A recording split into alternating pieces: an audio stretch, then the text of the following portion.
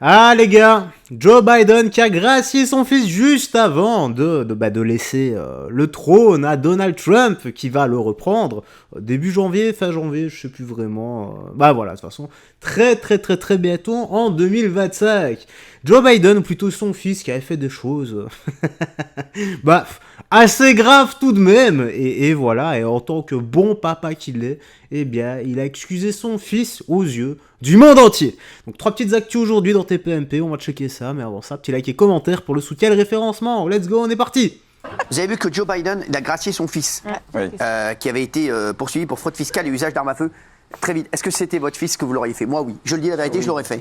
Je l'aurais fait, je suis désolé, moi je suis honnête. Benaïm, vous l'auriez fait? Je crois honnêtement, si je suis très honnête, il n'y a pas de crime de sang. Enfin, non, mais Benaïm, vous l'auriez fait. Non, s'il y avait eu de la pédophilie, tout ça, j'aurais non, mais bien sûr que non. Ah, mais ça, c'est sûr. Mais là, c'est fraude fiscale. Ouais. Non, moi, je l'aurais fait. Jean-Michel. Ah bah, il n'aurait jamais été en tôle. Quoi? Je l'aurais jamais même mis en tôle. Je serais opposé dès le début à ce qu'il aille en tôle. Il est en prison. Évidemment, d'autant plus qu'il a un bel exemple. L'administration Trump s'emmerde pas. Il vient de virer le patron du FBI parce qu'il avait mis en examen à l'époque pour l'agression du Capitole. Je suis complètement d'accord avec lui. J'aurais fait exactement pareil que lui. Ah bon? Ah, mais j'aurais fait pareil que lui. Je vous le dis, bah oui, un mec, tous les mecs qui sont contre toi, quand t'es président, tu les enlèves. C'est normal, Bernard Montiel, c'est pour ça que vous serez jamais président. J'y tiens pas. Mais je vous le dis, bah oui, mais arrêtez, mais il a raison, bravo, il a bien fait. Oui, je l'aurais fait. Il risquait 25 ans de prison. Je suis honnête, je l'aurais fait. C'est pas bien, mais je l'aurais fait. Simplement, j'aurais pas dit pendant des années, je le ferai pas. Oui, non, bah ouais, t'as raison. Moi aussi, j'aurais rien dit, mais Raymond. À 25 ans de tôle. Et moi, parce que j'espère que j'aurais résisté.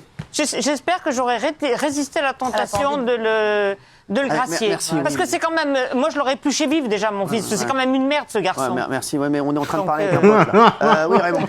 Moi, j'aurais peut-être fait comme a dit, j'aurais peut-être pas dit que je vais le gracier, tu vois. Mais 25 ans... Gracier. J'aurais gracié, je pense. J'aurais pas mis du coup, mon on a fils passé 25 notre temps à dire que Joe Biden était complètement sénile et complètement free. Là, en l'occurrence, il n'est pas du tout free, pas du tout sénile. Il sait sauver son fils quand il faut sauver son fils. Sa femme lui a dit et aussi. oui, évidemment, il y a la loi et la morale, mais moralement, oui, j'aurais voulu sauver mon enfant. Moi, je l'aurais pas fait. Je vous jure, je l'aurais pas fait. Ah non, il a fait tu une sauves tes connerie. chiens et tu sauves pas tes enfants. Ça n'a rien à voir. Tu t'as fait une Si connerie. votre chien avait fait une connerie, vous l'auriez Je l'aurais gracié. sauvé, évidemment. Le chien, il n'aurait jamais fait ce que son fils a fait. Bah, pareil, le chien, c'est pas volontaire. C'est bon, arrêtez, Missis premier Non, degré. c'est vraiment pas un garçon bien. Premier degré, là, c'est bon, allez, premier degré, le coup, là. Et vous, division? Elle a dit moralement. Ouais. Vous avez dit que moralement, gracier son fils, c'était légitime. Bah, quand Vous avez une conception de la morale, ma foi. Oui, Moralement. Mais vous êtes. Non, mais enfin. Ça commence bien. quelle est votre morale, maître Divisio? Non, mais moralement, gracier. Non, mais vous êtes dingue. Dingue! Moralement. Mais moralement, ça n'a rien à voir avec la morale. Je fais tout pour ma fille ou pour mes Il a enfants. fait un traitement de favoritisme à son gamin, et vous appelez ça être moral, vous? Bah non, c'est pas du tout moral. Hein. Ah oui, d'accord. Bah oui. Donc moralement et légalement. Bah, moralement, je serais amoral dans ce cas-là, oui. Moralement, je serais Honnêtement, c'est amoral. amoral. Bah oui. Bon, bah, vous, Fabrice, vous auriez fait quoi? Non.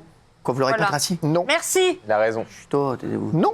La réponse est non. Calmez, là. C'est-à-dire, président, on s'efface derrière ses intérêts personnels. Donc non, la conduite de la nation. Sinon vous admettez Ah, mais je tout. comprends. Mais moi, je l'aurais fait parce que voilà. J'aurais fait en Et scred. ben moi non. Non, bah, tu peux pas le faire en scred. Hein. Moi non. Ça, c'est sûr. Moi Allez. j'ai vécu dans un pays à moitié où effectivement ce problème où se pose en permanence en Italie. Alors En Italie, c'est tout le temps comme ça. Ouais, c'est pas vrai. Tout le temps. Et à la fin, ça donne quoi? Ça donne la mafia. Bon. Oh, mais t'as raison. C'est vrai.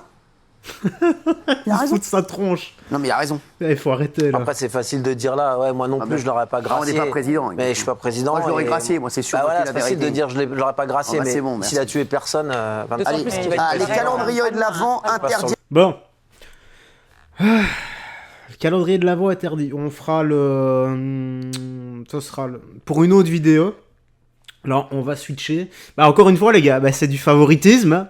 C'est comme ça. Maintenant, est-ce qu'on aurait gracié notre enfant? Est-ce qu'on l'aurait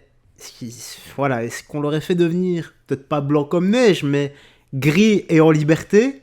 Plutôt que, il risquait quand même, je crois, 20-25 ans de prison, c'était ça le truc, non? Je ne sais pas, si un jour je suis dans le cas, je te le dirai, mais on voit clairement du favoritisme, encore une fois. Et ça, c'est une histoire parmi tant d'autres.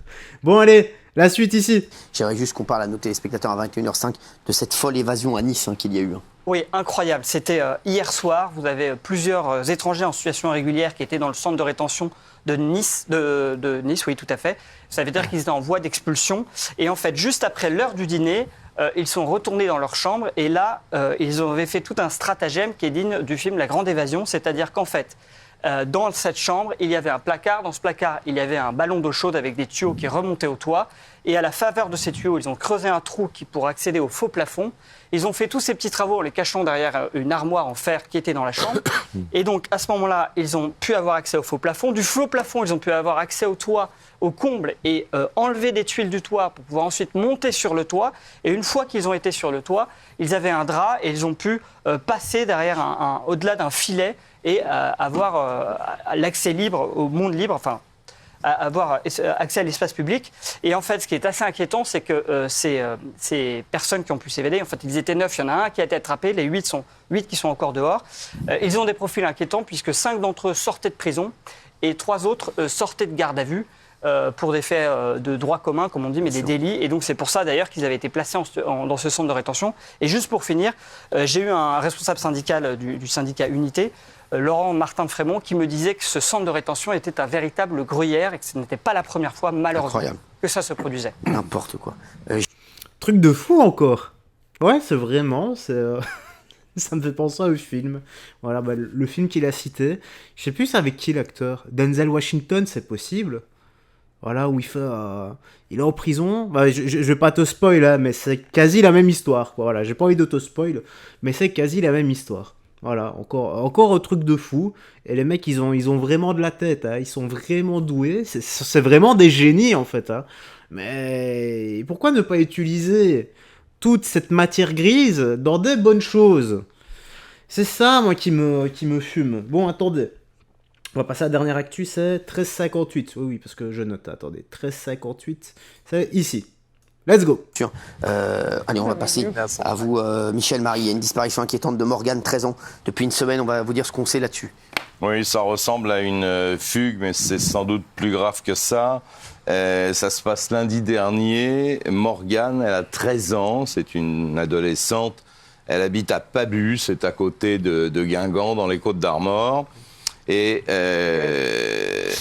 l'école, à 9h30, elle est partie de chez elle à 7h15. À 9h30, l'école appelle ses parents pour signaler qu'elle n'est pas présente à l'école. Et à partir de là, les recherches s'organisent. Les gendarmes sont prévenus et ils vont faire remonter le temps et s'apercevoir qu'en réalité, cette jeune fille s'était disputée assez violemment avec ses parents pendant le week-end. Son père lui reprochait un compte TikTok, lui reprochait d'être tout le temps sur les réseaux sociaux. Et elle finit par lui confisquer son téléphone. Non seulement il a confisqué le téléphone, mais il l'a, dans la colère, cassé. Il l'a pété, quoi. Il lui a pris sa carte à puce. Bref, un week-end un peu compliqué pour cette adolescente. Le lendemain matin, donc le lundi matin, elle fait semblant de partir à l'école. C'est en ça que je dis que ça ressemble à une fugue. On retrouve dans la poubelle un petit mot où elle dit « Papa, maman, je suis désolé, mais je pars ».